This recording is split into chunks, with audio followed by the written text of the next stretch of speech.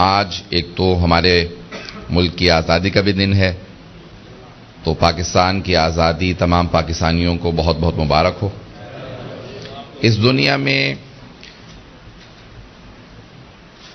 سب سے پہلے جو پچھلے 100 سال کے اندر اسلامک ریپبلک کے نام سے یا اسلامی جمہوریہ کے نام سے ملک بنا، سب سے پہلا بننے والا ملک پاکستان ہے۔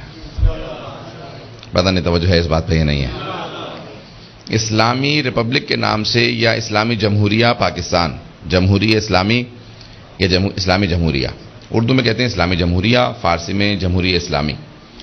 سب سے پہلے پاکستان وہ ملک ہے کہ جسے اسلامی جمہوریہ کے نام سے بنایا گیا، اس کے بعد تمام ملک بنے، اور جب ایران میں انقلاب آیا تو وہاں پہ نام رکھنے کے اوپر بہت بحث چلی، جس پہ پھر آخری فیصلہ مرحوم آیت اللہ العظمہ سید روح اللہ الخمینی الموسوی الخمینی نے فیصلہ دیا اور کہا کہ صرف ایک نہ کلمہ اس میں زیادہ ہوگا نہ ایک کلمہ کم ہوگا، جمہوریہ اسلامی ایران، وہی اسلامی جمہوریہ کا لقب رہے گا، نام رہے گا۔ سب سے پہلے پاکستان بنا، بعد میں آیت اللہ خمینی نے تائید کی کہ یہی اسلامی نام ہے۔ توجہ تو ہوگی میرے ساتھ؟ سب لوگوں کی توجہ میرے ساتھ رہے گی اس جملے پہ۔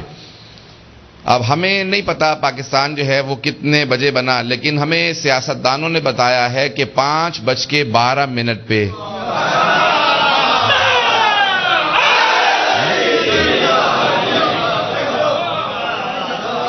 جب وقت لکھا گیا تو 5:12 تھے، 14 تاریخ تھی،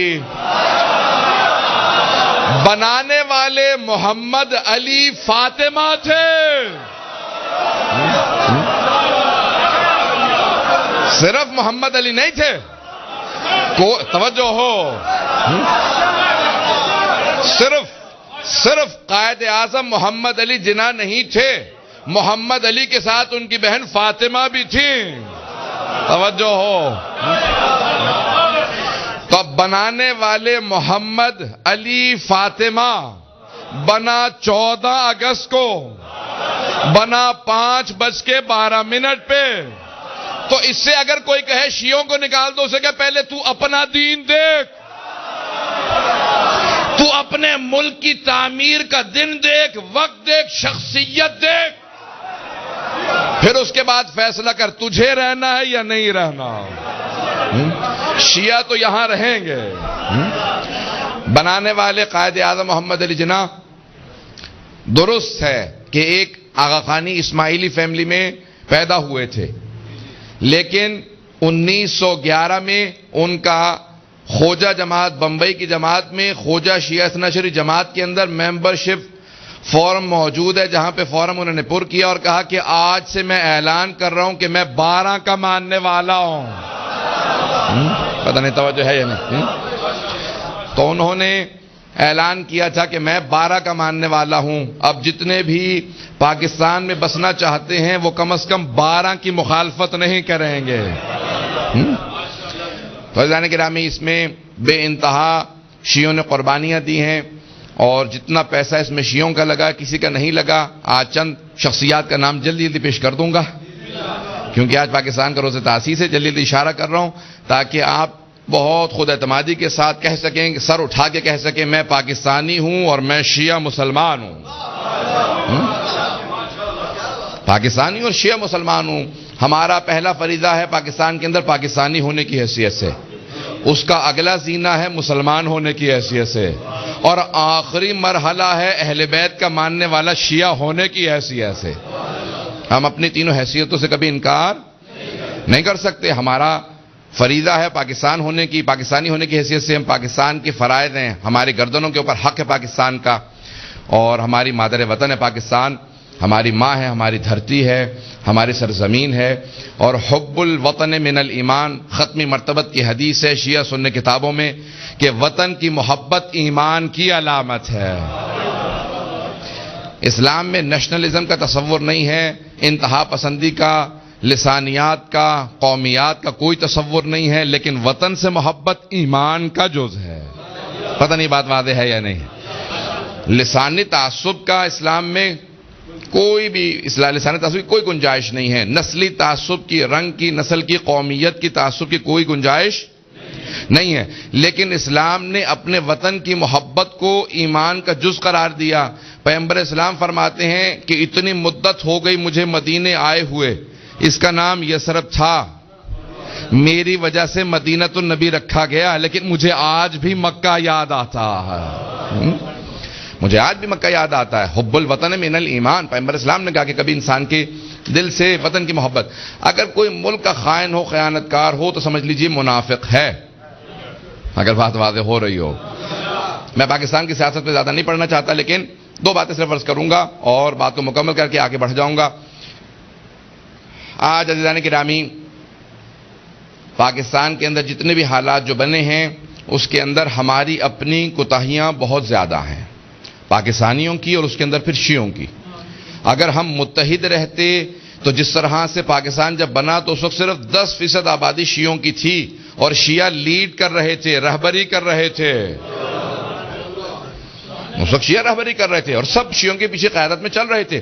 سب جانتے تھے، صرف اور صرف یہ جو تکفیری ہیں اس زمانے میں بھی کہتے تھے نہیں یہ قائد اعظم نہیں، کافر اعظم ہے. یہ نئی بات نہیں ہے. پتہ نہیں آپ لوگ گھبرا کے سن رہے جیسے سر مجھے ہی پتا.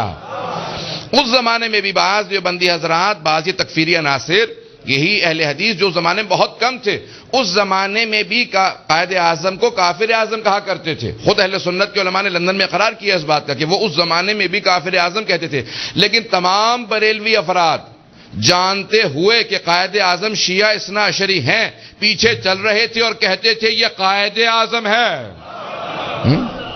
مانتے تھے کہ قائد اعظم ہے.